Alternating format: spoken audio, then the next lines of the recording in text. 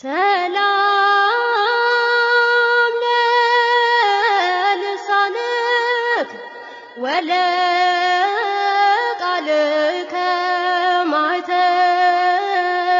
ማኅተሞ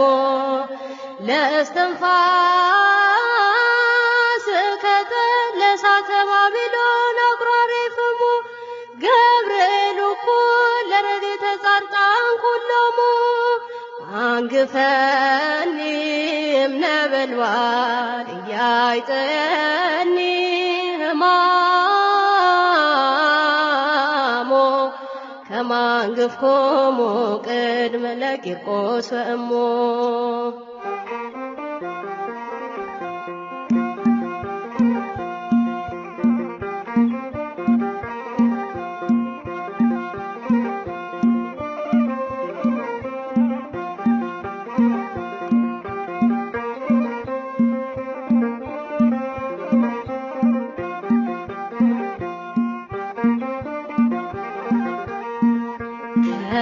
ከሚነደው እሳት ነበልባል ከሚነደው እሳት ነበልባል ያወጣኝ እርሱ ነው የታደገኝ ፈጥኖ ገብርኤል ያወጣኝ እርሱ ነው የታደገኝ ፈጥኖ ገብርኤል ከሚነደው እሳት ነበልባል ከሚነደው እሳት ነበልባል ያወጣኝ እርሱ ነው የታደገኝ ፈጥኖ ገብርኤል ያወጣኝ እርሱ ነው የታደገኝ ፈጥኖ ገብርኤል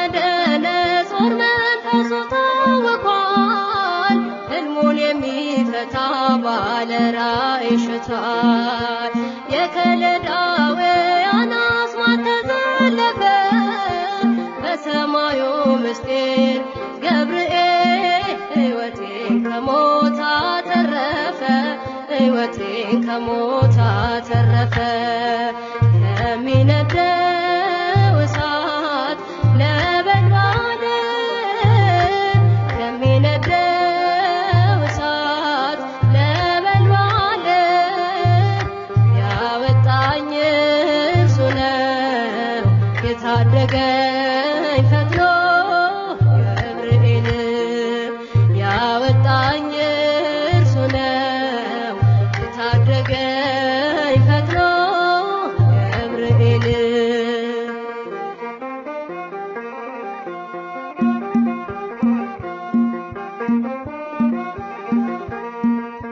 የእስረኞቹ አለቃ አስፋንስ ተገርሞ ሽብሸባዬን አየ ከእሳቱ ዳር ቆሞ የአማልክት ልጅ ባይለይም ንጉሡ አምላክ ወሰን መልአክ ከቶኑ ኃያሉ ታድጎኛል እርሱ ኃያሉ ታድጎኛል እርሱ ከሚነደው እሳት ነበልባል ከሚነደው እሳት ነበልባል ያወጣኝ እርሱ ነው የታደገኝ ፈጥኖ ገብርኤል ያወጣኝ እርሱ ነው የታደገኝ ፈጥኖ ገብርኤል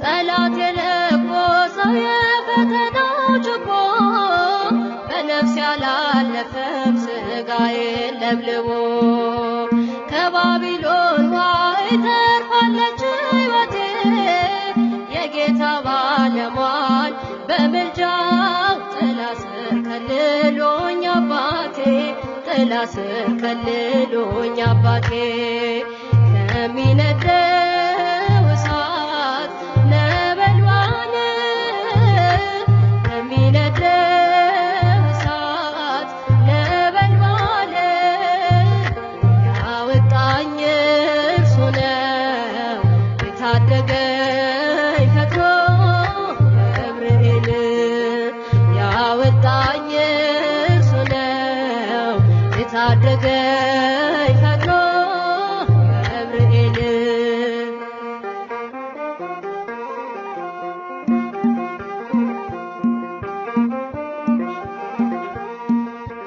የውሃው መፍለቅለቅ ልቤን አያዝልም ዓለም ንዳድ ቢሆን እምነቴን አይንድም ቂርቆስ ኢየሉጣ አንተ ብል እንዳዳነ ደመናን ሰንጥቆ ገብርኤል ከጥፋት ሊያድነኝ ፈጠነ ከጥፋት ሊያድነኝ ፈጠነ ከሚነደው እሳት ነበልባል ከሚነደው እሳት ነበልባል ያወጣኝ እርሱ ነው የታደገኝ ፈጥኖ ገብርኤል ያወጣኝ እርሱ ነው የታደገኝ ፈጥኖ ገብርኤል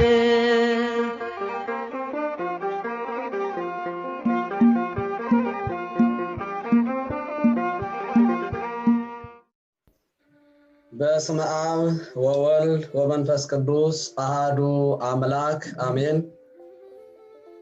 የተወደዳችሁ የልዑል እግዚአብሔር ቤተሰቦች የእናታችን የወላዲተ አምላክ የቅድስት ድንግል ማርያም የቃል ኪዳን ልጆች ይህንን የትምህርተ ወንጌል መርሐ ግብር በያላችሁበት ሆናችሁ የምትከታተሉ አባቶቼ፣ እናቶቼ፣ ወንድሞቼና እህቶቼ ሁላችሁም በልዑል እግዚአብሔር ፍጹም ሰላም እንደምን ሰነበታችሁ? በምህረቱና በቸርነቱ የጠበቀን በፍቅሩ የደገፈን የምህረቱንና የቸርነቱን ዳርቻ ያሰፋልን የሁላችን አባትና አምላክ እግዚአብሔር ተነግሮ ስለማያልቅ ምህረቱና ቸርነቱ ስሙ ለዘላለም የተመሰገነ ይሁን። አምላካችን እግዚአብሔር አባታችን እግዚአብሔር ወዶና ፈቅዶ በያዝነው የትምህርተ ወንጌል መርሐ ግብር መሰረት እርሱ እንደፈቃዱ ለዚች ዕለት አድርሶን እነሆ መተናል። በዛሬው ዕለት የምንማማረው የትምህርታችን ዋና በመጨረሻው ዘመን በሚል ክፍል ሶስተኛውን ክፍል የምናየው ነው የሚሆነው። በዛሬው ዕለት ያለውን ትምህርተ ወንጌል የሚያስተምሩን መጋቤ አእላፍ ቀሲስ ተከሰ ናቸው። መጋቤ አእላፍ እንኳን ደህና መጡ። እንኳን ደህና ቆያችሁኝ መምህር። አሜን። እሺ መርሐ ግብራችንን በጸሎት እንጀምር። ጸሎት ያድርጉልን መጋቤ አእላፍ። መምህር እርሶ ጸሎት ያድርጉ። ጸሎት ይርሱ። እኔ ፕሮግራም መሪ ነኝ። ጸሎት ያድርጉልን። ይደለም ይቀጥሉ ጸሎት ያድርጉልን። በስመ አብ ወወልድ ወመንፈስ ቅዱስ አሐዱ አምላክ አሜን። አቤቱ ቅዱስ ሕያው ዘላለማዊ አባታችን እግዚአብሔር ሆይ በአባታዊ ፍቅርህና ምሕረትህ ሁላችንንም በያለንበት በሰላም በጤና ጠብቀህ አቆይተህ በዚህ እጅግ ፈተና በበዛበት ምድሪቱ ሁሉ በአንተ ኃይል በአንተ ክንድ እየተንቀጠቀጠች ባለችበት በዚህ ሰዓት እኛን ባሮችህን ስላንተ እንድናስብ ስለ ቃልህ እንድንነጋገር ጊዜውን ፈቅደህ በያለንበት ሰላሙን ጤንነቱን ሰጥተህ ይህን ጊዜ ለአገልግሎት ስለፈቀድክልን ክብር ምስጋና ላንተ ይሁን። የቸርነት አባት ቅዱስ አምላካችን እግዚአብሔር ሆይ እኛ ባሮች በዚህ ሰዓት በፊት ቆመን አንተን ስንጠይቅ በፊት የመቆም አቅም ኖሮን ሳይሆን በአንተ በምሕረትና በቸርነት ተደግፈን በተለይም በአምላክ ቅዱስ ዳዊት ምርኩዝህና በትርህ እነሱ ያጸኑኛል እንዳለ ለእኛ ምርኩዝና በትር እንዲሆኑ በሰጠን በቅዱሳን በጻድቃን በሰማዕታት ከሁሉም በላይ ደግሞ የባሪያችን መመኪያ በሆነች በወላዲተ አምላክ ተደግፈን ጸሎታችንና ልመናችንን ተቀብለ የልቦናችንን በጎ ፈቃድ እንድትፈጽምልን ጉባኤያችንንም እንድትባርክልን ቅዱስ ስምህን እንዲህ ብለን እንጠራለን። አባታችን ሆይ በሰማያት የምትኖር ስምህ ይቀደስ፣ መንግሥትህ ትምጣ፣ ፈቃድህ በሰማይ እንደሆነች እንዲሁም በምድር ትሁን። የዕለት እንጀራችንን ስጠን ዛሬ፣ በደላችንንም ይቅር በለን እኛ የበደሉንን ይቅር እንደምንል፣ አቤቱ ወደ ፈተና አታግባን ከክፉ ሁሉ አድነን እንጂ መንግሥት ያንተ ናትና ኃይል፣ ክብር፣ ምስጋና ለዘላለሙ አሜን። ቤታችን ቅድስት ድንግል ማርያም በመልአኩ በቅዱስ ገብርኤል ሰላምታ ሰላም እንልሻለን። በሐሳብሽ ድንግል ነሽ፣ በሥጋሽም ድንግል ነሽ። የአሸናፊ እግዚአብሔር እናት ሰላምታ ላንቺ ይገባሻል። አንቺ ከሴቶች ሁሉ ተለይተሽ የተባረክሽ ነሽ፣ የማኅፀንሽም ፍሬ የተባረከ ነው። ጸጋን የተመላሽ ሆይ ደስ ይበልሽ፣ እግዚአብሔር ከአንቺ ጋር ነውና ከተወደደው ልጅሽ ከጌታችን ከመድኃኒታችን ከኢየሱስ ክርስቶስ ይቅርታና ምሕረትን ለምኝልን ኃጢአታችንን ያስተሰርይልን ዘንድ ለዘላለሙ አሜን። ምስጋና ይሁን አንድ አምላክ ለሚሆን ለአብ ለወልድ ለመንፈስ ቅዱስ ዛሬም ዘወትርም ለዘላለሙ አሜን። እግዚአብሔር ይስጥልን። አባታችን መጋቢ አይላፍ፣ የተወደዳችሁ የልዑል እግዚአብሔር ቤተሰቦች፣ ወደ ዋናው የትምህርታችን ክፍል ከመግባታችን በፊት ሁላችሁም መልእክቱን ይህንን የእግዚአብሔርን ቃል ሼር በማድረግ የድርሻችሁን እንድትወጡ ማሳሰብ እንፈልጋለን። ከእጅግ አስፈላጊነት የተነሳ ብዙዎቹ ሰምተው እንዲድኑ እያንዳንዳችን ጠጠር መወርወር ይጠበቅብናል። ለመደገፊያ የሚሆን ለጋኑ ማስደገፊያ የሚሆን ለዘመኑ እዚህ ላለንበት ክፉ ጊዜ የድርሻችንን ለመወጣት ሼር እንድታደርጉ መጠየቅ ጋለውኝ። እግዚአብሔር አምላካችን በነገር ሁሉ ከሁላችን ጋር ይሁን። በመጨረሻ በየሳምንቱ ረቡዕና ዓርብ እንደ እግዚአብሔር ፈቃድ አቅማችን እስከፈቀደ ድረስ የምንማማርበት ርዕስ ነው። ዋና ርዕሳችን ክፍል 1 ክፍል 2 እያልን ክፍል 3 ላይ ደርሰናል። የዚህ በመጨረሻው ዘመን የሚለው መርሃ ግብራችን ዋና መሰረታዊ ዓላማ በደመ ወልደ እግዚአብሔር ለቤዛ ቀን የታተመ የሰው ልጅ ሁሉ በእንደገና በደሉ እና ኃጢያቱ ቅዱሱን የእግዚአብሔር መንፈስ እንዳያሳዝን ማስተማር፣ መምከር፣ ማገዝ፣ መርዳትና የድርሻችንን ተልእኮ መወጣት ነው። በዚህም ደግሞ በሚመጣው የዘላለም ሕይወት የሚበልጠውን የተሻለውን የጸጋ ማግኘት ነው። ትውልዱ በስሜትና በስጋ ፍላጎት ከመነዳቱ በፊት ቆም ብሎ ያለበትን ዘመን እንዲዋጅና እንዲያስተውል ማድረግም ዋና ዓላማ ነው የትምህርቱ።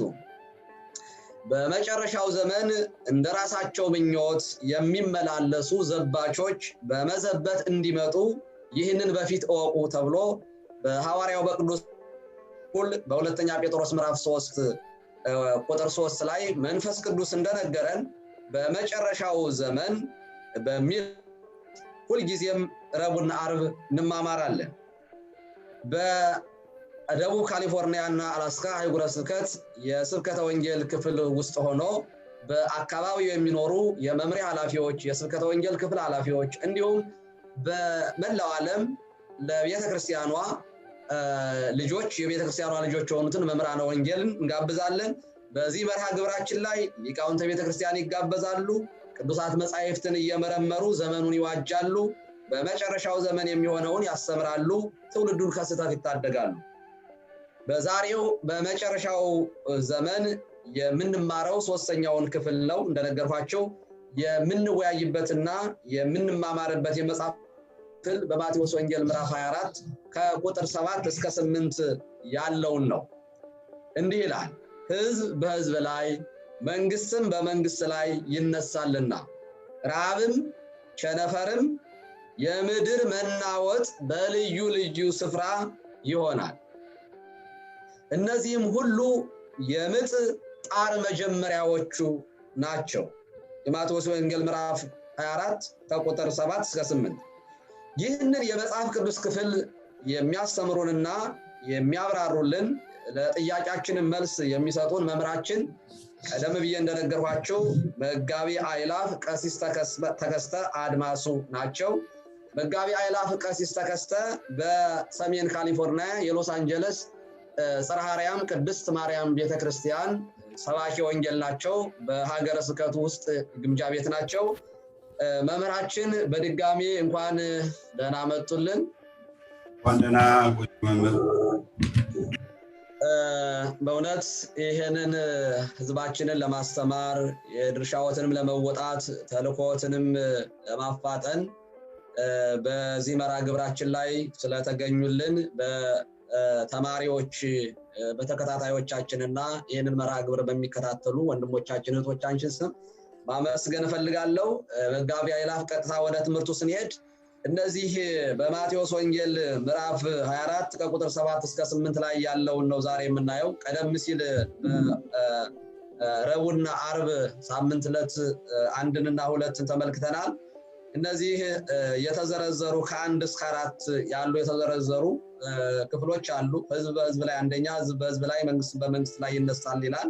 ሁለተኛ ረሃብ የሚል ነው። ሶስተኛ ቸነፈር ነው። አራተኛ የምድር መናወጥ በልዩ ልዩ ስፍራ ይሆናል ይላል። እነዚህ ሁሉ ደግሞ መጀመሪያ ናቸው የሚለው ቃል እጅግ የሚያስፈራ ነው። እንዴት ይሄ የመጽሐፍ ቅዱስ ክፍል ይብራራል?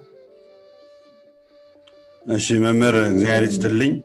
እንግዲህ መቼም በዚህ ኃይለ ቃል ላይ በርካታ መምህራን ሰፊ የሆነ ማብራሪያ ሰጥተዋል።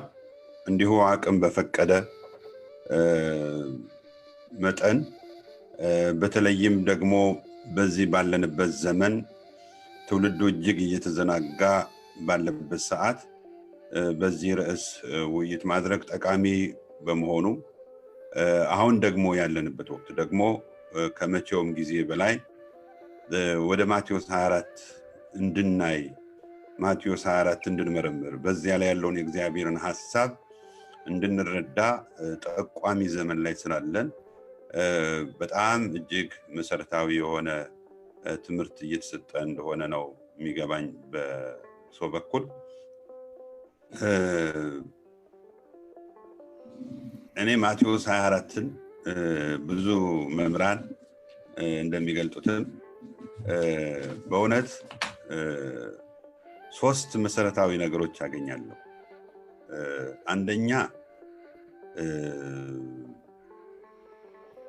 እግዚአብሔር እውነት እንደሆነ፣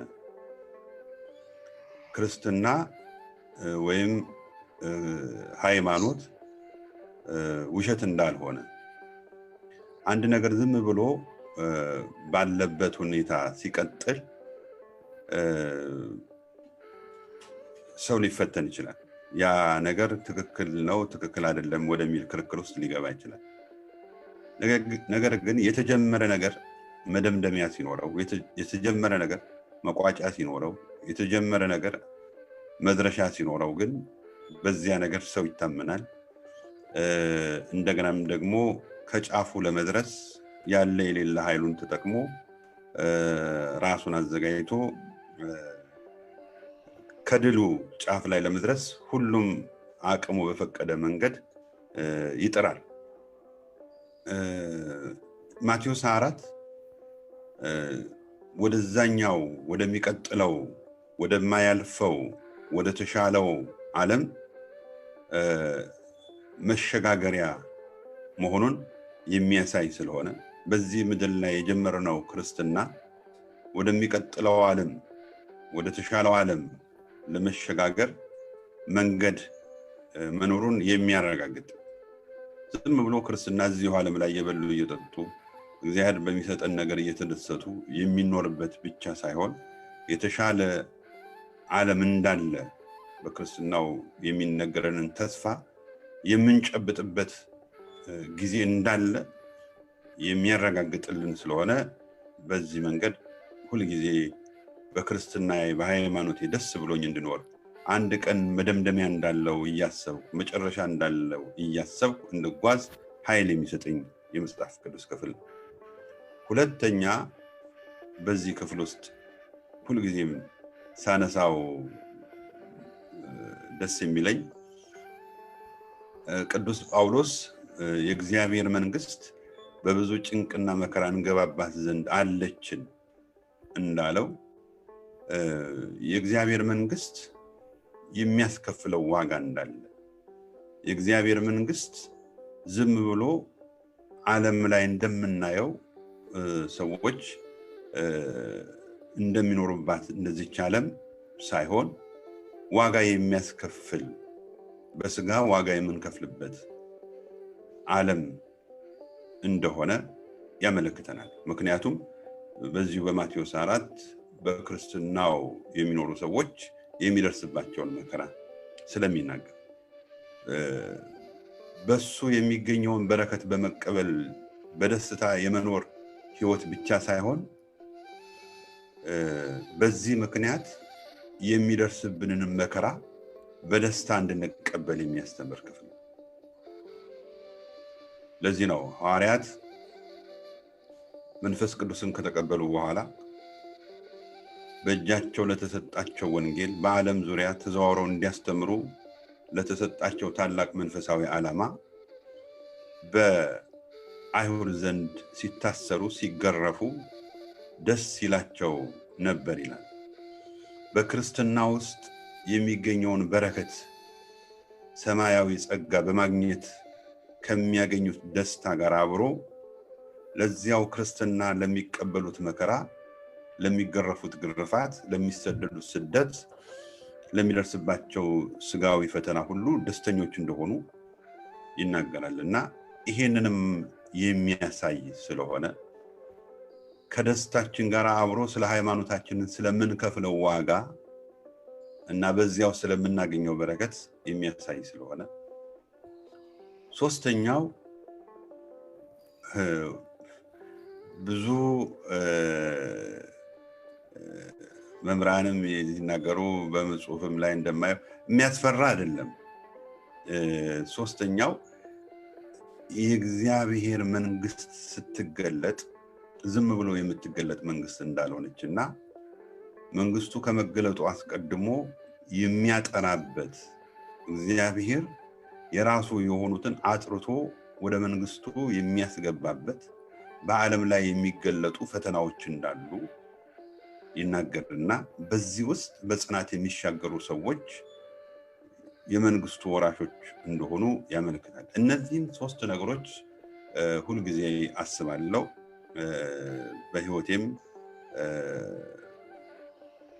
ትልቅ ትምህርት እማርበታለሁ። አሁን ቀደም መምህር እንዳነሱት የማቴዎስ ወንጌል 24 እንግዲህ ቀደም ብላችሁ በጥናት ብዙን ስላያችሁት ወደ ኋላ ተመልሼ የተዘረዘሩትን የዘመኑ መጨረሻ ምልክቶችን አላነሳም ጊዜም ላለመውሰድ በቀጥታ ወደ ዛሬው ነጥብ ላይ ወደ ተነገሩት አምራለሁ።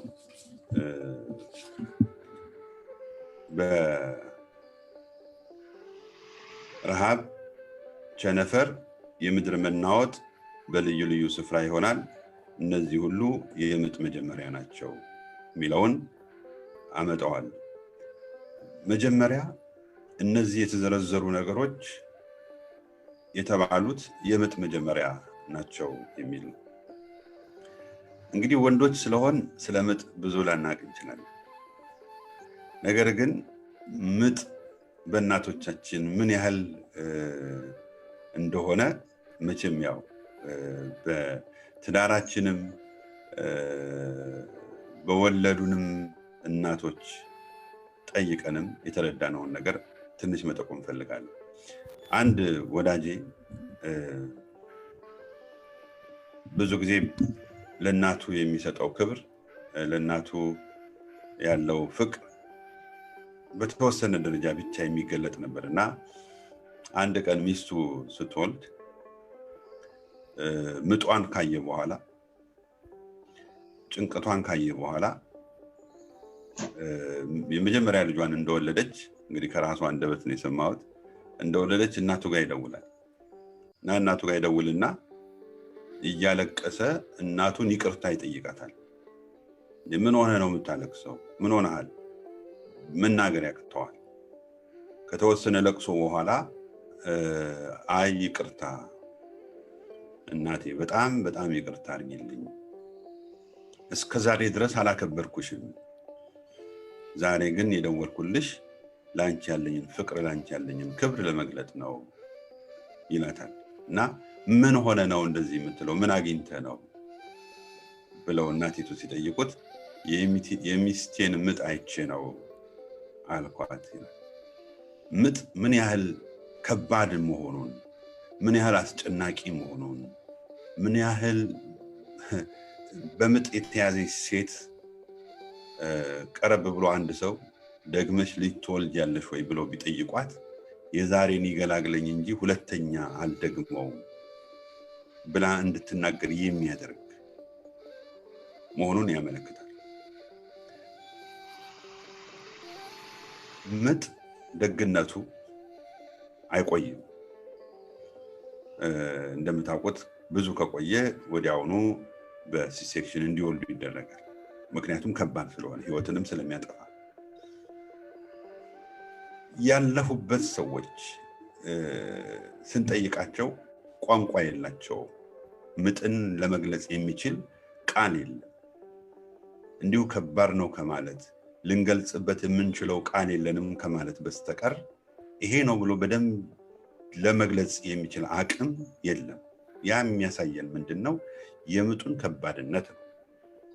ሁለተኛ የሚገርመው ግን እግዚአብሔር መሐሪ ይቅር ባይ አባት ስለሆነ በዚያ በምጡ ሊያስተምር የወደደው ነገር መለኮታዊ ምስጢር ስላለው ምጡን ጊዜውን ያሳጥረዋል። ከዚያ በኋላ ከምጡ በኋላ ልጁ ከተወለደ በኋላ ያችን እናት የተወለደውን ልጅ እያጠባች ሄደን እንዴት ነው እንኳን ማርያም ማለችሽ ብለን ደግመሽ ደግሞ ወንድ ልጅ ትወልጃለሽ ብንላት ደጋግመዋለሁ ነው የምትለው። ለምን?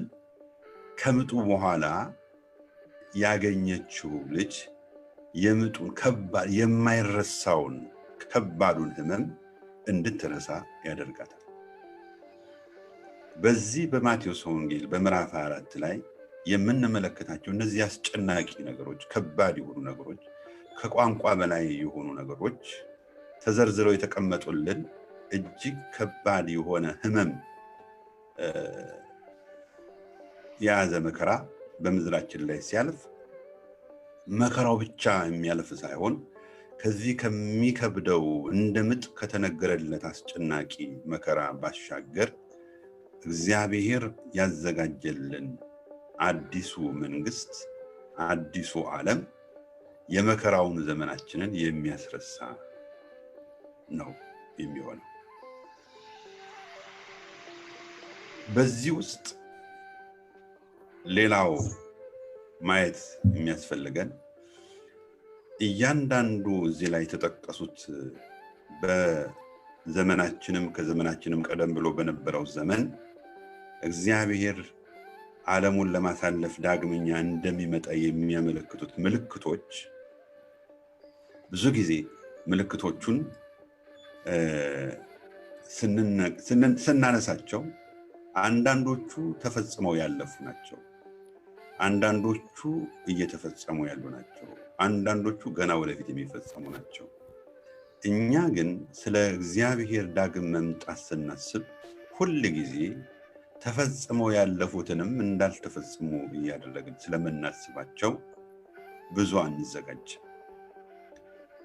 ጠላታችን ዲያብሎስ ሁል ጊዜ እኛን የሚያደርገው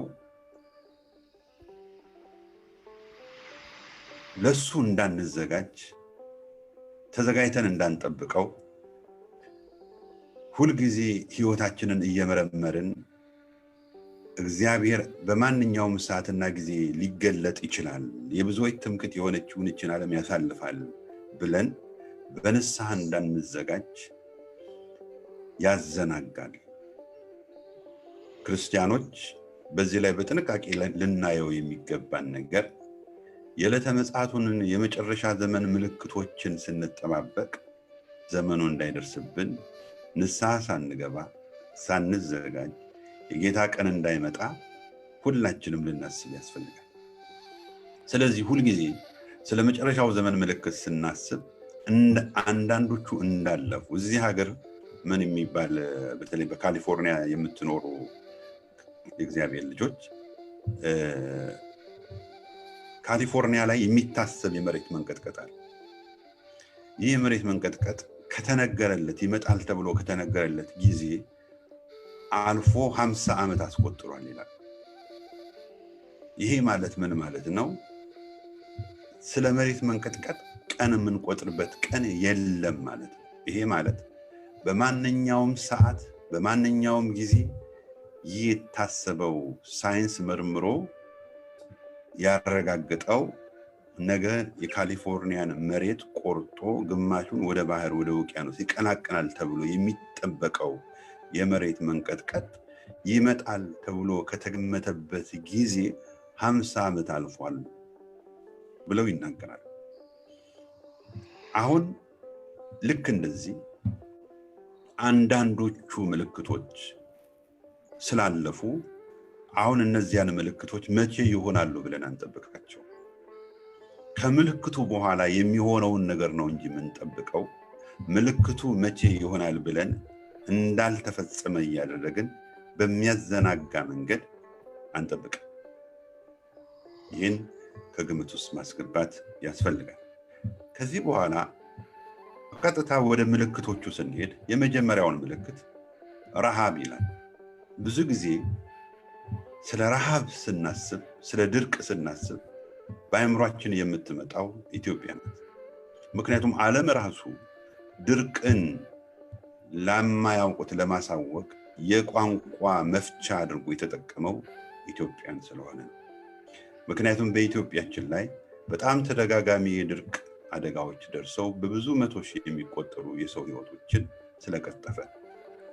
ነገር ግን በዓለም ታሪክ ላይ ሄደን ስለ ድርቅ ስናይ ዓለም በድርቅ ያልተጎበኘ ምድር የላት። ታላቋ አሜሪካ ሳትቀር እጅግ በብዙ መቶ ሺህ የሚቆጠሩ የሰው ህይወትን የቀጠፈ ድርቅ የተከሰተባት ምድር ናት። ዛሬ በቴክኖሎጂና በስልጣኔ ሰማይ ጠቀስ የሆኑ አውሮፓውያን ሳይቀሩ በአንድ ወቅት ከኢትዮጵያ ሁሉ እርዳታ እስኪሰጣቸው ድረስ የተቸገሩበት ዘመን እንዳለ ታሪክ ይነግረናል። አምላካችን መድኃኒታችን ኢየሱስ ክርስቶስ የዘመኑ መጨረሻ እንደደረሰ ከሚያሳዩ ምልክቶች አንዱ ይህ ነው። ረሃብን ምናልባት አንዳንዶቹን ዘመኖች ስላልኖርንባቸው በዚያን ዘመን ስላልነበርን ምን ያህል ከባድ እንደሆነ እንደምጥ ከቋንቋ በላይ የሆነ ችግር እንደነበረ ልናቀው ልንረዳው አንችልም። ምክንያቱም አሁን በታሪክ ደረጃ ከማንበብና በጽሁፍ ደረጃ ያለውን ነገር ከማየት በስተቀር በዚያ ዘመን ድርቁ በተከሰተበት ሰዓት ዓለማችን በምን ያህል እንደተጎዳች ምን ያህል ህይወት እንደተቀጠፈ ስለማናይ የዛን ያህል ከብዶ ላይ ታየን ይችላል እንጂ በምድራችን ላይ በመቶ ሺህ የሚቆጠሩ በተለይ ሳውዝ አሜሪካ ላይ በብራዚል በአርጀንቲና በአውሮፓ ውስጥ ቤልጂየም ጀርመኒ ፍራንስ ኖርዝ አሜሪካ ላይ አሜሪካንን ጨምሮ በዚህ በሚድል ኢስት በኤዥያ ትልልቅ የረሃብ ዘመኖች በብዙ መቶ ሺህ ህይወት የተቀጠፉባቸው የረሃብ ዘመኖች በታሪክ አልፈዋል። እኛ አሁን በተለይ በቅርቡ ያው በተለይ በሀገራችን ሌላው ዓለም ያንን ዘመን ቢያልፍም ከዛም በኋላ የውስጥ ችግሩን ፈትቶ ተመልሶ ያ ችግር እንዳይፈጠር በስራ እየተጋ ሀገሩን እያለማ ተመሳሳይ ችግሮች ባይከሰቱበትም ኢትዮጵያ ግን ከርስ በርስ ችግር መውጣት ስላቃተን በዘር እየተናቆርን በክልል በድንበር እየተናቆርን የምትለማ ምድር እግዚአብሔር ሰጥቶን ማልማት አቅቶን በየዓመቱ ይሄን የመከራ ዘመን ደጋግመን ስለምናሳልፍ ከሌላው ዓለም ተለይተን እኛ እንታወቅ እንጂ ድርቅ ያልጎበኘው ምድር የለም። ይሄንን አሁን አንጠብቅ። ብዙ ጊዜ ደጋግሞ ምድሪቱ መጥቷታል። ቸነፈር መቅሰፍት ማለት ነው። ቸነፈር መድኃኒት በሌለው በሽታ እግዚአብሔር ምድሩን የቀጣበት ዘመን ማለት ነው። አሁንም መለስ ብለን የዓለምን ታሪክ ካየን በዓለማችን ላይ ከክርስቶስ ልደት በኋላ እንኳን በዓለማችን ላይ እጅግ በጣም ቀሳፊ የሆኑ በብዙ መቶ ሺህ የሚቆጠሩ የሰው ህይወትን የቀጠፉ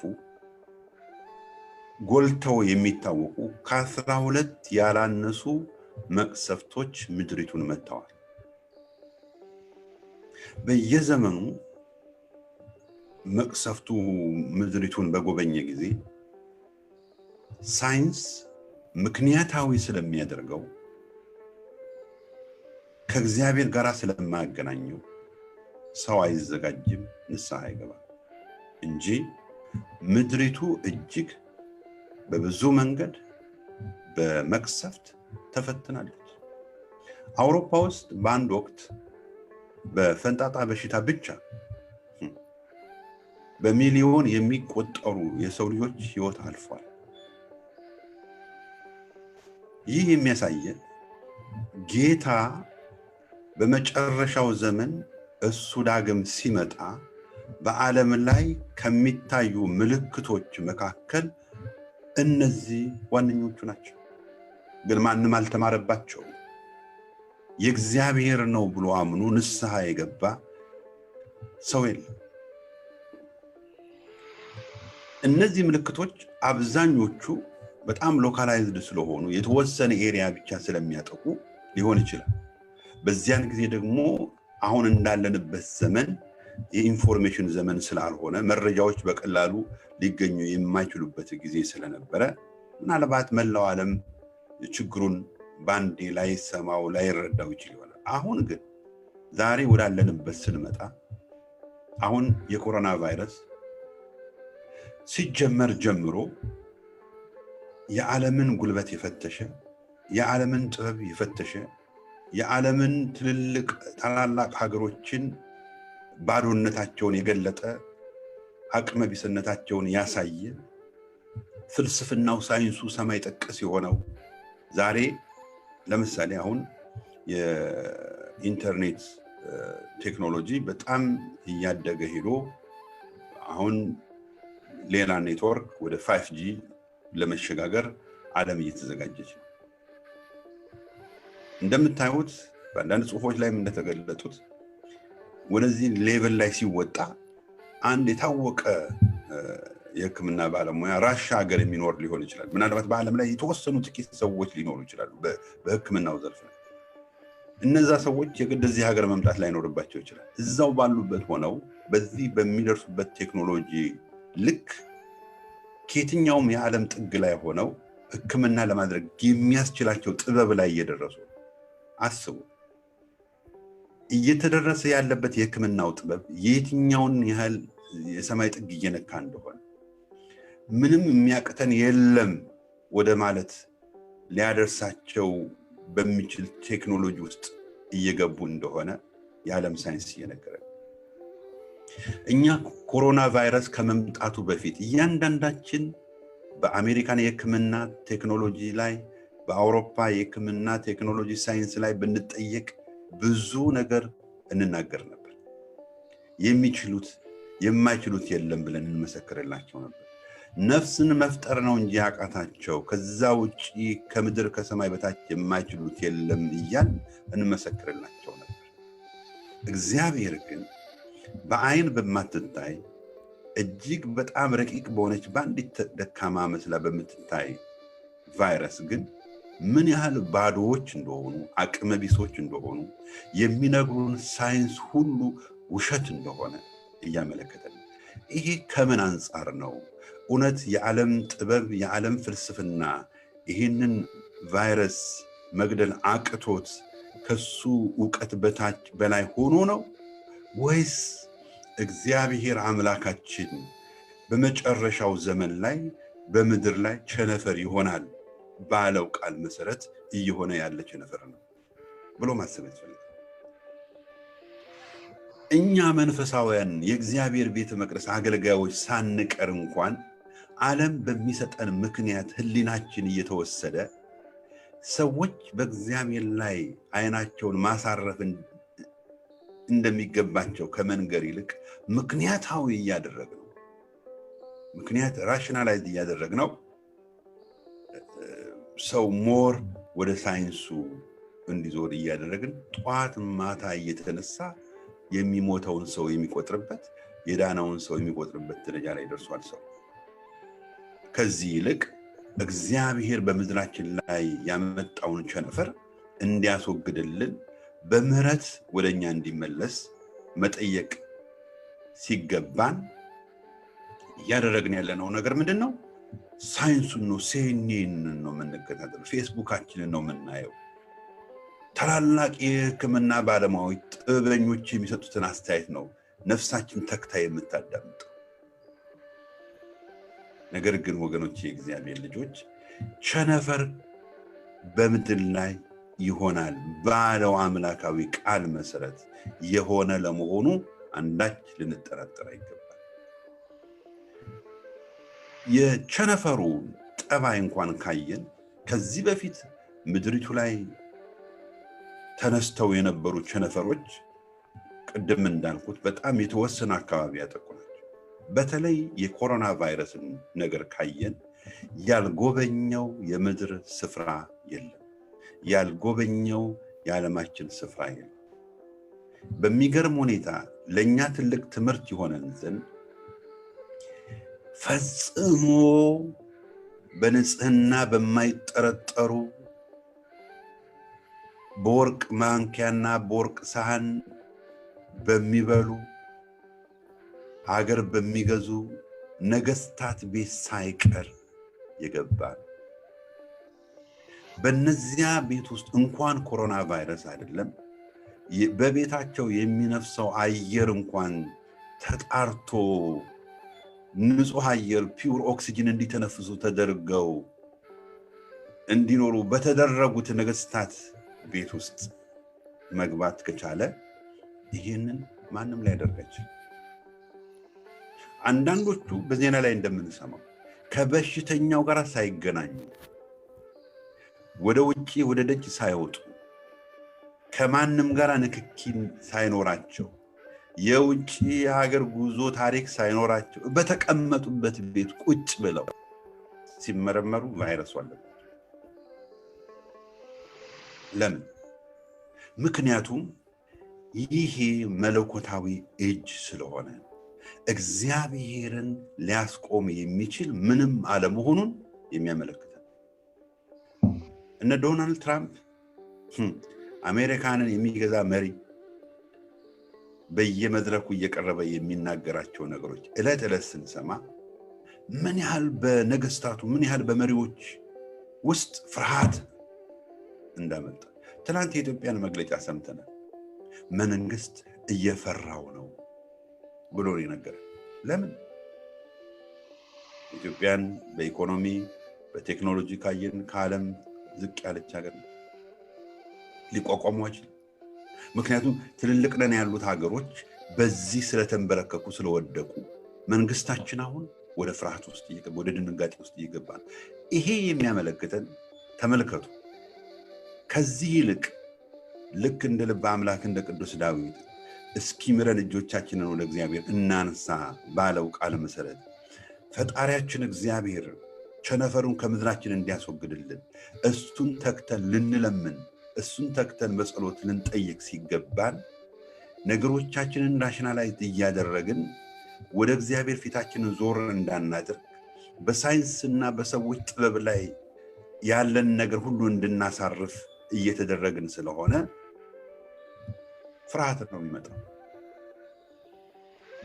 ደና የተጀመረ ነገር ነበር ኢትዮጵያ ውስጥ የጸሎት አገልግሎት ነበር ዜና በሚሰራጭበት ሚዲያ ላይ አባቶች ቆመው ጸሎት ያደርጉ ነበር እና አሁን ከዛ ፈቀቅ እየተባለ ወደ ሳይንሱ ዘንበል እያልን ስለሆነ አሁን ፍርሃት እየመጣ ነውና ምንድነው ባጭሩ ቸነፈሩ በተለይ የኮሮና ቫይረስ ምን ያህል እግዚአብሔር የተናገረው እውነት መሆኑን የሚያረጋግጥልን ብቻ ሳይሆን እኛ ከመቼውም ጊዜ በላይ ደግሞ ነቅተን ራሳችንን ማዘጋጀት እንደሚገባን የሚያሳይ ነው የምድር መናወጥ ሌላውን ከኛ ዘመን በፊት የሆነውን ሁሉ ትተን በጃፓን ሱናሚ በኢንዶኔዥያ የሆነውን ብቻ ካየን በቂ ነው። ቀላል ያይደለ የሰው ህይወትን ያጠፋ ከተማን ወደ ሐይቅነት የለወጠ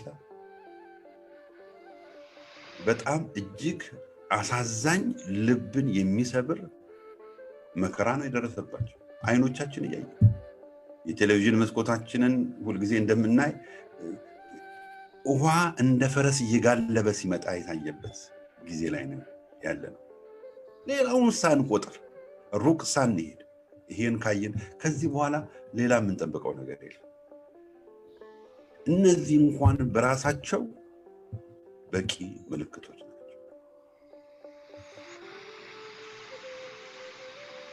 እነዚህ ነው እንግዲህ እግዚአብሔር የምጥ መጀመሪያዎች ናቸው።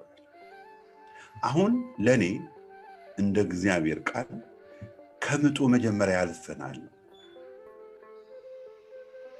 አሁን እየቀረበ ያለው ጊዜ ለታመኑት በሃይማኖት ለጸኑት የድሉን አክሊል የሚቀበሉበት ሰዓት እየቀረበ ነው ብዬነው እና ምናልባት የተወሰነ ደቂቃ ከመምህራችን ጋራ እንድንወያይ በዚህ ቁጥር ላይ ያለፍኩት ካለ መምህር ያሳውሱኛል። እነዚህ ናቸው በዋናነት እነዚህን ምልክቶች አሁን እንዳለፉ የምናያቸው አሉ፣ እየሆኑ ያሉ አሉ። በዚህ ውስጥ ደግሞ የኛ ድርሻ የበለጠ ራሳችንን የምናዘጋጅበት ሰዓት መሆኑን በእውነት ልንማርበት ይገባል። ቃለ ሕይወት ያሰማልን መጋቢ አይላፍ። በእውነት በሚገባንና በሚገባን ልክ ነው ይህንን ቃል ያብራሩልን። እኔ የሚጨምረው ነገር የለም።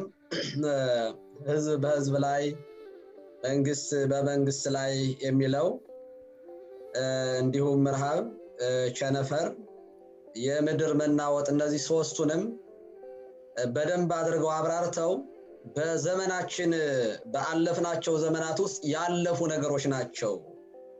አሁንም እየተከሰቱ ያሉት እንደ ኮሮና ቫይረስ ያሉ ኮቪድ-19 ምድሪቱን የናጡ በዓለም ላይ ያለውን ነገር ሁሉ ስንመለከት አቅም እንደሌለን ባዶ ያደረጉ ናቸው የሚል ነው እና መጋቢ አይላፍ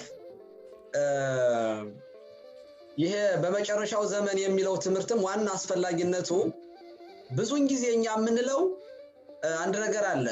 በመጨረሻው ዘመን መቼ ነው? ገና እንደሚመጣ ብዙዎች የሚጠብቋል። ገና ማለት ገና እኛ አሁን ምንም አልገባንም፣ እዛ ውስጥ የለን። ስምንተኛው ሺህ ሲመጣ እንደዚህ ይሆናል የሚል ሰው አለ። ስምንተኛው ሺህ ገና የሚመጣ ከስንት መቶ ዓመት በኋላ ካለፈ በኋላ ወደ መጨረሻዎቹ ላይ ነው ያለነው። ያ ደግሞ የሚመጣበት ጊዜው የመጨረሻው በፍርድ የምንቆምበት ጊዜ ነው። አሁን የምንጠብቀው እሱን ነው እንደተገለጸልን በትምህርቱም እኔ በጣም አሁን ከገለጹልን በተለይ ኮቪድ-19 ስመለከት ዓለምን ያስጨነቀ በሽታ ነው። ምንም አይነት መፍትሄ አልተገኘለትም እስካሁን ድረስ። ምንም አይነት እንደው ህክምና የሚባል ነገር የለም። ህክምና የነበረው ሁሉም ማስክ እንዲያደርግ እና ይሄ ጓንት እንዲያጠልቅ በቤት ሆኖ እንዲቀመጥ ነበር። አሁን ግን ሁሉ ቅድም እንደገለጹልን በደንብ እየተሰላቸን እየተለማመር ነው። ሞትንም እንኳን መቁጠር እንኳን አቁመናል። አሁን በየቀኑ የሚሞተውን ሰው በጣም ተለማመር ነውና ቤተክርስቲያን ካልተከፈተልን እንደፈለግን ካልሆን ስራ መጀመር አለበት ወደሚል በጣም ብዙ ህዝብ እየገባ ነው። ያ ማለት ደግሞ ምን ማለት ነው? እቤት ውስጥ እንኳን ቁጭ ብለን እንኳን በንክኬ የሚመጣውን በሽታ መከላከል ካልቻልና በሚሊዮን የሚቆጠረውን ህዝብ በዚህ ቀሳፊ በሽታ ሲቀሰፍ እያየን አብያተ ክርስቲያናት እንዲከፈቱ አንዳንድ መንግስታትም ጭምር ፑሽ እያደረጉን ነው። በጣም እየገፋፉን ነው። እነሱ የኢኮኖሚ መውደቅ ስለሚያስጨንቃቸው ነው። እና አሁን በእኛም ቤተክርስቲያን በጣም እየተጨነቅን ያለንበት ጊዜ ነው። እንዴት ነው የምጥ መጀመሪያ? ይሄ የምጥ መጀመሪያ ከሆነ ዋናው ምጽ ምን ሊሆን ነው? ይሄ የሚያሳየን ነገር ምንድነው? ከዚህ የከፋ ጭንቅ እንዳለ ነው።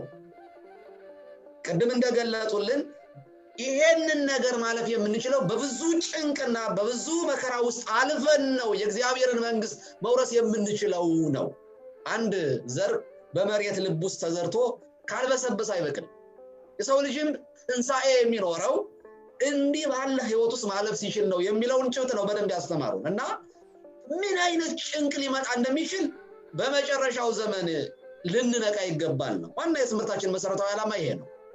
አሁን ቤትም ተቀምጠን ስራ ሳንሰራ እንደውም እኮ ያደጋገር ሆኖ እየደጎመን ነው እንጂ እስካሁን እኮ በራብ አልቀናል።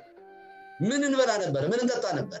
አሁን ያለን ነገር የተሰበሰበው ነገርም ወደ ማለቅ እየተጠጋ ስለሆነ መንግስት መደጎም ወደማይችልበት እየገባ ስለሆነ ሰው ስራ ሲጀምር በምን አይነት ህይወት ውስጥ የሰው ልጅ እንደሚሞት ስናይ በሚሊዮን የሚቆጠር ወገናችን እንደምናጣ ግልጽ ነው።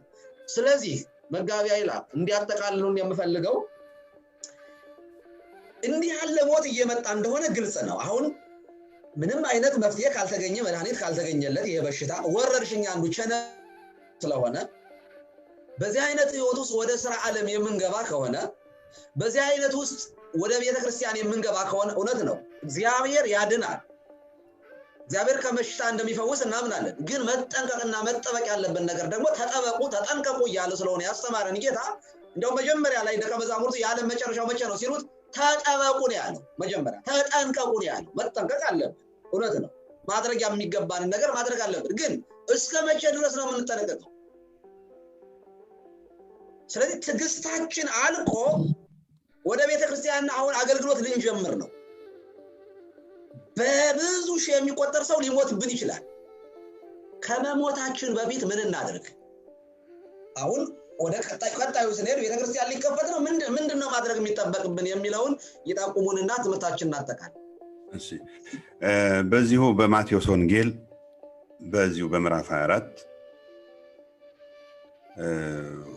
ሁለት ማስጠንቀቂያዎች ምናልባትም ከዛ በላይ ሊሆኑ ይችላሉ። በእኔ እይታ ሁለት ማስጠንቀቂያዎች እና ደግሞ 3 ነጥቦች ምን ማድረግ እንደሚገባን ተቀምጠዋል። ማስጠንቀቂያ ማለት ምን ማለት ነው? እነዚህ ሁሉ ምልክቶች እየታዩ ባለበት ሰዓት ማስጠንቀቂያ የተነገራቸው ክፍሎች አሉ። ምልክቶቹ የታዩበት ምክንያት የእግዚአብሔር ቀን እንደቀረበ የሚያመለክትና ሰዎች በንስሐ ተዘጋጅተው ፈጣሪያቸውን መጠበቅ እንደሚገባቸው ለማመልከት ነው። ከዛ ውጪ ዓላማ የላቸው። ምልክቶቹ የንስሐ ደወል ናቸው። ሰው እግዚአብሔር አምላኩ ባዘጋጀለት የቅድስና መንገድ መጓዝ እንዳለበት የሚጠቁሙ ናቸው። በዚህ ውስጥ ግን በቸልተኝነት በዳተኝነት ነገሮችን ራሽናላይዝ በማድረግ ለንስሐ ከመዘጋጀት ይልቅ ነገሮችን ከሳይንስና ከዘመኑ ጋር በማገናኘት ለሚኖሩ ሰዎች የተላለፈው ማስጠንቀቂያ በመጽሐፍ ቅዱስ አነጋገር ምንድነው የሚለው? በክረምትና በሰንበት ለሚሸሹ ይላል። እንግዲህ ይሄን ቀደም ብላችሁ ተመልክታችሁታል። ክረምትም ሰንበትም ሰንበት ስራ የማይሰራበት ነው። የተዘረጋው የማይታጠፍበት የታጠፈው የማይዘረጋበት ነው። ክረምት ደግሞ ሰው መንገድ የማይሄድበት ነው። ወንዝ ስላለ ስለሚሞላ ሰው በውሃ እንዳይወሰድ። ይህ የሚያመለክተው ምንም ስራ ሳይሰራ ማለት ነው። ሰው ስራ ሳይሰራ በሰንበትና በክረምት ለሚሸሹ የሚለው መንፈሳዊ ፍሬ ሳይኖራቸው ለሚኖሩ ሰዎች፣ ፍቅር ሳይኖራቸው ለሚኖሩ ሰዎች፣ ራሳቸውን በስጋው ደግሞ አዘጋጅተው መኖር ለተቸገሩ ሰዎች፣ ቅንነት፣ በጎነት፣ መልካም ስራ ሳይኖራቸው በዚህ ወቅት ለሚኖሩ ሰዎች የተላለፈ ማስጠንቀቂያ። ለእርጉዞችና ለሚያጠቡ፣ ኃጢአትን ለሚንከባከቡ፣ በደልን ለሚንከባከቡ፣ ክፋትን ለሚንከባከቡ፣ ለሚሰሩት አመጽ እንክብካቤ ለሚያደርጉ ማለት ከክፋት ከምቀኝነት ከተንኮል እግዚአብሔርን ደስ ከማያሰኘው ክፉ ስራ መራቅ ለተቸገሩ ሰዎች ነው። ይሄ ማስጠንቀቂያ አለ። በዚህ ውስጥ በእውነት አሁንም ነገሮችን በቸልተኝነት እያዩ ለሚሄዱ ሰዎች እግዚአብሔር ራሱ በዚህ ወቅት ያስተላለፈው መልእክት ነው። ምን እናድርግ፣ ምን ማድረግ አለብን ወደሚለው ስንመጣ በእውነት ስለ ቤተክርስቲያን የምንድንባት ቤተክርስቲያን ህይወት የምናገኝባት ነው። እንዲህ ባለው ወቅት ደግሞ መንፈሳዊውን ነገር እና እግዚአብሔር ደግሞ ከሰጠን የማወቅ ጥበብ ጋር አገናኝተን ስተት ላይ እንዳንወርቅ ጥንቃቄ ማድረግ አለብን። ማለት ምን ማለት ነው? ወደ አንዳንድ ሰው ጌታን ዲያብሎስ ሲፈትነው ራስን ከዚህ ላይ ወርውር መላእክቶቹ ያነሱሃል ባለው ጊዜ ጌታ ፈጣሪን አትፈታተን ነው ያለው። እና እግዚአብሔርን የሚፈታተኑ ስራዎች እንዳንሰራ ያስፈልጋል። በመጨረሻ ማለት የምፈልገው 3 ነገሮችን ምን ማድረግ አለብን? ይሄን ዘመን ለመሻገር ምንድነው ማድረግ የሚገባን? ከኛ ምንድነው የሚጠበቀው? መጽሐፍ ቅዱሱ ይሄ ዘመን ስለተመረጡት ስለ ቅዱሳን፣ ስለተመረጡት ስለ ጻድቃን፣ ስለተመረጡት ስለ አማንያን ብሎ ባያጥር ማንም ፍጥረት አይድንም እንዳለ በእውነት በዚህ ከባድ በሆነ ዘመን መሻገር እንድንችል ማድረግ የሚገባን ነገር ምንድነው? ዘመኑም ያንን እንዳናደርግ እየፈተነን ስለሆነ ምንድነው ማድረግ ያለብን የሚለው አንደኛው ትልቁ በራሱ በመጽሐፉ በማቴዎስ 4 የተገለጠው መጽናት የሚለው በሃይማኖት መጽናት የጸና ነው። እስከ መጨረሻው የጸና እሱ ይድናል ይላል። መጽናት ይኖርብናል።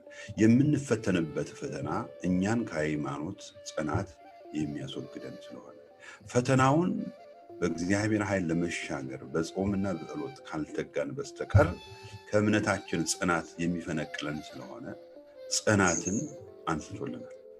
የሚገፋ ፈተና ስለሆነ፣ የሚያነቃንቅ ፈተና ስለሆነ፣ የሚጥል ፈተና ስለሆነ መጽናት ይላል። ሁለተኛው በዚሁ በመጽሐፉ እንደተገለጠው በይሁዳ ያሉ ወደ ተራሮች ይሽሹ ይላል። እንግዲህ ተራራ የቤተክርስቲያን ምሳሌ ነው። ተራራ የጽድቅ ስራ ምሳሌ ነው። በይሁዳ ያሉ ወደ ተራሮች ይሽሹ ያለው ከኃጢአት መሸሽን የሚያመለክት ሰው ብዙ ጊዜ ልክ አሁን እንደዚህ እንደ ኮሮና ቫይረስ ራሱ በመዘናጋት ትላንት በጣም ስንጠነቀቅለት የነበረውን ነገር ዛሬ ዳ ብለን ነው የምናየው፣ በዳተኝነት ነው የምናየው። እና ይሄ አንድ ነገር ሲቆይ ስንለማምደው ይዞን ይጠፋል። ኃጢአትም በእውነት የእግዚአብሔር ሰዎች ነን ካለን፣ ክርስቲያኖች ነን ካለን፣ ክርስቶስ በደሙ የዋጃት ቤተክርስቲያን አካል ነን ካለን ሁልጊዜ መንፈሳዊ ህይወታችንን በንጽህና በቅድስና መጠበቅ ይኖርብናል። እና አንዱ ከኃጢአት መሸሽ፣ ከክፋት መሸሽ። ዛሬ የብዙዎቻችን ልብ ፍቅርን ለማስተናገድ እየተቸገረ ያለበት ሰዓት ስለሆነ ለሰው ልጆች ፍቅርን በመስጠት ጽድቅን ለመስራት መጽናት፣ ጽድቅን ለመስራት የበለጠ መንፈሳዊ ብርታትን ማሳየት ይገባናል። ሶስተኛው ከቅድስና አለመውረድ፣ እግዚአብሔር ከሰጠን መንፈሳዊ ህይወት አለመውረድ። ምንድነው የሚለው? በሰገነት ያለው በቤት ያለውን ሊወስድ አይውረድ የሚለው ቃል በዚህ ተርጉሞ እግዚአብሔር አውጥቶ አንዴ ክርስቲያን አድርጎናል፣ አንዴ በደሙ ዋይቶ ገንዘቡ አድርጎናል። ከዚህ ከጀመርነው መንፈሳዊ ህይወት እንዳንወጣ ወደ ኋላ እንዳናፈገፍ አይውረድ የሚለው ያንን ስለሚያሳየን ዘመኑ ደግሞ የሚያወርድ ዘመን ነው። ቆራቤ የሆነውን ወደ በደል የሚመራ፣ ጾመኛ የሆነውን በላተኛ የሚያደርግ፣ ጽድቅ የሚናገረውን በደል እንዲናገር የሚያደርግ፣ የእግዚአብሔርን ሰው ዓለማዊ የሚያደርግ ሰዓት ስለሆነ ያለንበት ሰዓት በእግዚአብሔር ከመታመን ይልቅ በሳይንስ እንድንታመን የምንፈተንበት ዘመን ላይ ስለሆነ አሁን እግዚአብሔር ከሰጠን መንፈሳዊ ደረጃ እንዳንወርድ፣ ወደ ታች እንዳንሄድ፣ ወደ በደል እንዳንሄድ፣ ወደ ኃጢአት ወደ ክህደት እንዳንሄድ ዘመኑ እየቀረበ እያየን የበለጠ ወደ እግዚአብሔር ልንቀርብ ይገባናል እንጂ ወደ ኋላ እንዳንሸሽ ያስፈልጋልና መጽሐፍ ቅዱስ ራሱ ማቴዎስ 4 ምን ማድረግ እንዳለብን በዚህ መንገድ ስለሚገልጥ በዚህ ዘመን ራሳችንን በዚህ ሁኔታ ማዘጋጀት ይኖርብናል። የተሻለ ቀን እንዳንጠብቅ ወደፊት የሚመጣው ቀደም መምህር እንዳሉት መጀመሪያው ይሄ ከሆነ ዋናው ምጡ ምንድነው ሊሆን የሚችለው ብለን ካሰብ ከዚህ የተሻለ ጊዜ ሳይሆን የከፋ ጊዜ ይመጣል። አንዳንድ ሰው እንዲህ ስትሉት አታሟርት ይላል። ሟርትም አይደለም፣ በሟርትም በተንኮላም እኛ አናምንም። ግን ዛሬ ካለንበት ፈተና ነገ የከበደ ፈተና ስላለ ዛሬ ካለን መንፈሳዊ ህይወት የተሻለ መንፈሳዊ ህይወት ይዘን ነገ የሚጠብቀንን ክፉ ቀን ለመሻገር ራሳችንን ማዘጋጀት አለብን፣ እንዳንዘነጋ ለማለት ነው። እሺ መምህር አልዮት ያሰማልን መጋቢ አይላፍ። በእውነት መጨረሻውን ማድረግ የሚገባንን ነገር ሶስት ነገሮችን ጠቁመውናል። የተወደዳችሁ የልዑል እግዚአብሔር ቤተሰቦች ወንድሞችና እህቶቼ የተነገሩትን ነገሮች በተግባር ማዋል እንድንችል ጥቂት ነገር ላስታውሳችሁ። በዚህ በመጨረሻው ዘመን በሚለው መርሐ ግብራችን ላይ በዛሬው ዕለት እኔና እናንተ ዛሬ ያለንበትን ዋጅተው መጋቢ አይላፍ አስተምረውናል። ምን ተንግበር ምን እናድርግ የሚለውን ማጠቃለያቸውን ያነሱት ሶስት ነገር ጠቁመው ነው። አንደኛው መጽናት በሃይማኖት መጽናት ብለው ወዛዝለፈ ትዕግሥቶ ውእቱ ይድን፣ እስከ መጨረሻው የጸና እርሱ ይድናል ነው። ስለዚህ በንስሐ ህይወት ሆኖ መጽናት ያስፈልጋል የሚል ነው። በተለይ መሬት ላይ ባለው ሁኔታ ላይ ልንነጋገር ይገባል። አሁን በየቤታችን ነው ያለነው። ወደ ቤተክርስቲያን ስንመጣ ምን ለማድረግ አስበናል? በነበርንበት ለመቀጠል ነው? በዚያ በመለያየቱ በመከፋፈሉ በጥላቻው በዘረኝነቱ በወጠኝነቱ በዚያ ለማለፍ ነው ወይንስ ደግሞ ልክ ቤተክርስቲያኑ ሲከፈት ስጋው ደሙን ለመቀበል ነው? ይሄንን በደንብ ልናስብ ይገባል። ልክ ቤተክርስቲያን አገልግሎት ስንጀምር በሽታው ጠፋ ማለት አይደለም፣ በሽታው ይኖራል። ስለዚህ ምን ማድረግ አለብን? ልክ ቤተክርስቲያኑ እንደተከፈተ ስጋው ደሙን ለመቀበል ነው መምጣት ያለብን። አሁን የንስሐ ህይወት ነው። አሁን ቀኖናችንን ጨርሰን ነው መምጣት ያለብን ወደዛ እንጂ ቤተክርስቲያን አሁንም ለመደባደብ ከሆነ አሁንም ለመለያየት ከሆነ የሚመጣው ጊዜ በጣም ከባድ ነው። ከማዘናጋት ይልቅ አስጠንቅቆ ሰው እንዲጠነቀቅ ማድረግ የተሻለ ነገር ነው እና ምዕመናን መጽናት አለባቸው። ሃይማኖት ቤተክርስቲያኗ ሲከፈት በአዲስ ህይወት መመላለስ አለብን። አዲስ ህይወት ሊኖረን ይገባል፣ አዲስ ማንነት ሊኖረን ይገባል የሚለውን እኔም ማጽናት መስጠት ፈልጋለሁ። ሁለተኛው ወደ ተራሮች መሸሽ። ተራራዋ ቤተክርስቲያን ናት፣ ማምለጫ ናት። ሎጥን ታስታውሱ ከሆነ በሰዶምና ገሞራ በኃጢአት ምክንያት ሲቃጠል ወደ ተራራው ሸሽቶ ነው ያመለጠው። ዙዓር የኛ ዙዓራችን የኛ መሸሻችን የኛ ማምለጫችን ቤተክርስቲያን ናት። ቤተክርስቲያን ውስጥ በሽታ የለም አንላችሁ። ኮሮና ቫይረስ እዛም ውስጥ ሊይዘን ይችላል፣ ግን መድኃኒት አላት። እሱ ምንድነው? ስጋና ደሙ ነው። ስጋውና ደሙን የሚቀበል ሰው ለዘላለም አይሞትም፣ ሕያው ነው። ቢሞትም እንኳን ትንሣኤ ሙታን አለው፣ በቀኝ ነው የሚቆመው። ስለዚህ ወደ መድኃኒቷ ወደ ቤተክርስቲያናችሁ ስትመጡ ሁሉ ነገር በእምነት እንድታደርጉት ለማሳሰብ ነው። ሶስተኛ ደረጃ የጠቆሙን ከቅድስና አለመውረድ ነው። ሐዋርያው ቅዱስ ጳውሎስ በገላትያ 5 ላይ በነፃነት ልንኖር ክርስቶስ ነፃ ወጣን፣ እንደገና በባርነት እንዳንያዝ ጸንተን እንቁም ይላል። መቆም ያስፈልጋል። በቅድስና በተጠራንበት ቅድስና ልንኖር ይገባል። እኔ ቅዱስ ነኝና እናንተም ቅዱሳን ሁኑ ተብለን ነው የተጠራነው። ለቅድስና ነው የተጠራነው፣ ለመልካምነት ነው የተጠራነው፣ በጎውን ለማድረግ ነው የተጠራነው፣ የወደቁትን ለማንሳት የባዘኑትን ለመሰብሰብ ነው የተጠራነው እና ከቅድስናችን አለመውረድ ብለዋል። ውጣ ከተባለበት ሎጥ ከዙዓር ተራራ ቢወርድ ኖሮ አብሮ ይቃጠል ነበር። እዛው መጽናት ያስፈልጋል የሚለውን አጽንኦት መስጠት ነው የምፈልገው። መጋቢ አይላፍ በእውነት በጣም ይሄንን ተልእኮትን ለመወጣት ሁልጊዜም ስንጋብዞት የሚገኙልን በቤተክርስቲያን ውስጥ እየተገኙ የሚያስተምሩን መምህራችን ነዎት። እጅግ አድርገን ከልብ እናመሰግናለን። በሌላም ጊዜ ይሄ ቀጣይ ስለሆነ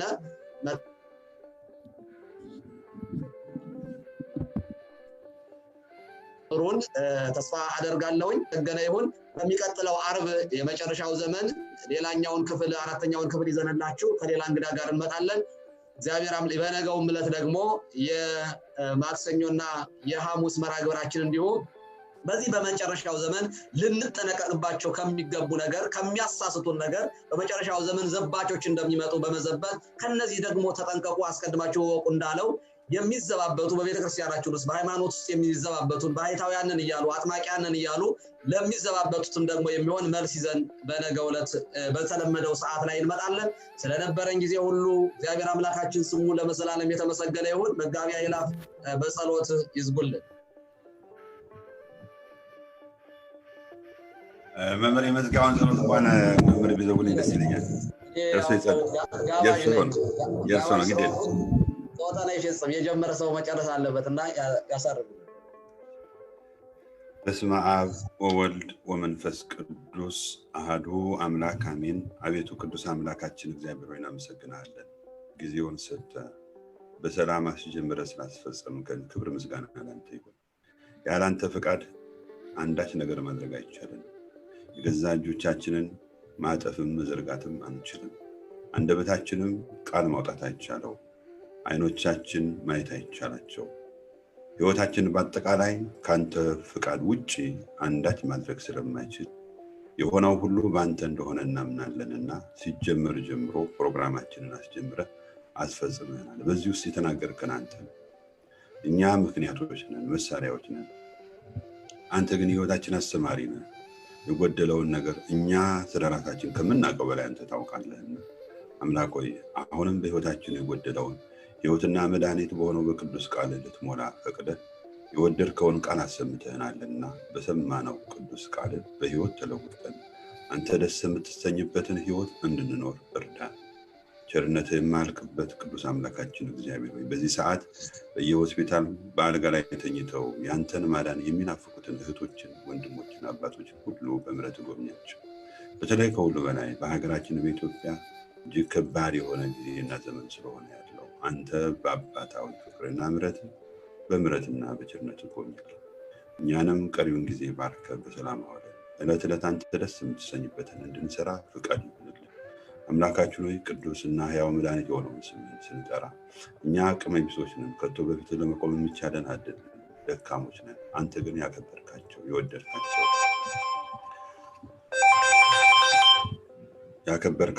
የወደድካቸው ቅዱሳን ጻድቃን ሰማዕታት በየስፍራው የሚያገለግሉን ሁሉ አምባ መጠጊያ አድርገን ከሁሉ በላይ የባህሪያችን መመኪያ በሆነች በእናታችን በቅድስተ ቅዱሳን በወላዲተ አምላክ ተማጽነን ያው መድኃኒት የሆነውን ቅዱስ ስምህን እንዲህ ብለን እንጠራለን። አባታችን ሆይ በሰማያት የምትኖር ስምህ ይቀደስ፣ መንግስትህ ትምጣ፣ ፈቃድህ በሰማይ እንደሆነች እንዲሁም በምድር ትሁን። የዕለት እንጀራችንን ስጠን ዛሬ፣ በደላችንን ይቅር በለን እኛ የበደሉንን ይቅር እንደምንል፣ አቤቱ አታግባን ከክፉ ሁሉ አድነን እንጂ መንግሥት ያንተና ኃይል ክብር ምስጋና ለዘላለሙ አሜን። እመቤታችን ቅድስት ድንግል ማርያም ሆይ በመልአኩ በቅዱስ ገብርኤል ሰላምታ ሰላም እንልሻለን። በሐሳብሽ ድንግል ነሽ፣ በሥጋሽም ድንግል ነሽ። የአሸናፊ እግዚአብሔር እናት ሰላምታ ላንቺ ይገባሻል። ከሴቶች ሁሉ ተለይተሽ አንቺ የተባረክሽ ነሽ፣ የተባረከ ነው ጸጋን የተሞላሽ ደስ ይበልሽ፣ ልዑል እግዚአብሔር ከአንቺ ጋር ነው። ከተወደደው ልጅሽ ከጌታችን ከመድኃኒታችን ከኢየሱስ ክርስቶስ ይቅርታና ምሕረትን ለምኝልን ኃጢአታችንን ያስተሰርይልን ለዘላለሙ አሜን። ምስጋና ይሁን አንድ አምላክ ለሚሆን ለአብ ለወልድ ለመንፈስ ቅዱስ ዛሬም ዘወትርም ለዘላለሙ አሜን። እግዚአብሔር ከሁላችን ጋር ይሁን። አሜን አሜን። እግዚአብሔር ይስጥልን።